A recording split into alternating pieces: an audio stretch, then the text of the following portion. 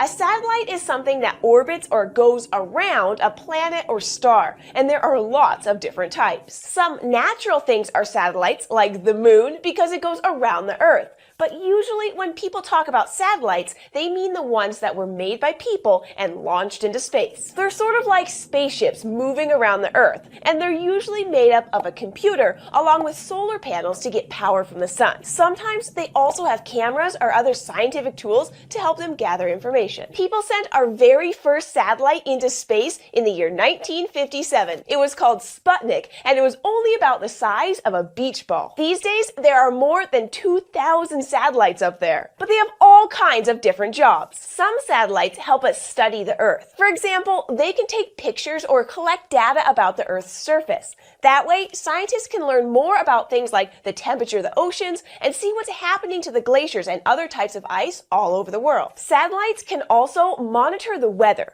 which meteorologists, the scientists who study weather, use to learn about big storms like hurricanes. But scientists aren't the only people who use satellites. Turns out that you and me and even Squeaks benefit from using satellites all the time. Whenever you use the map on a phone or in a car to go somewhere, it's using satellites in space to figure out where you are so it can tell you where to go. Some types of TVs and phones also use satellites.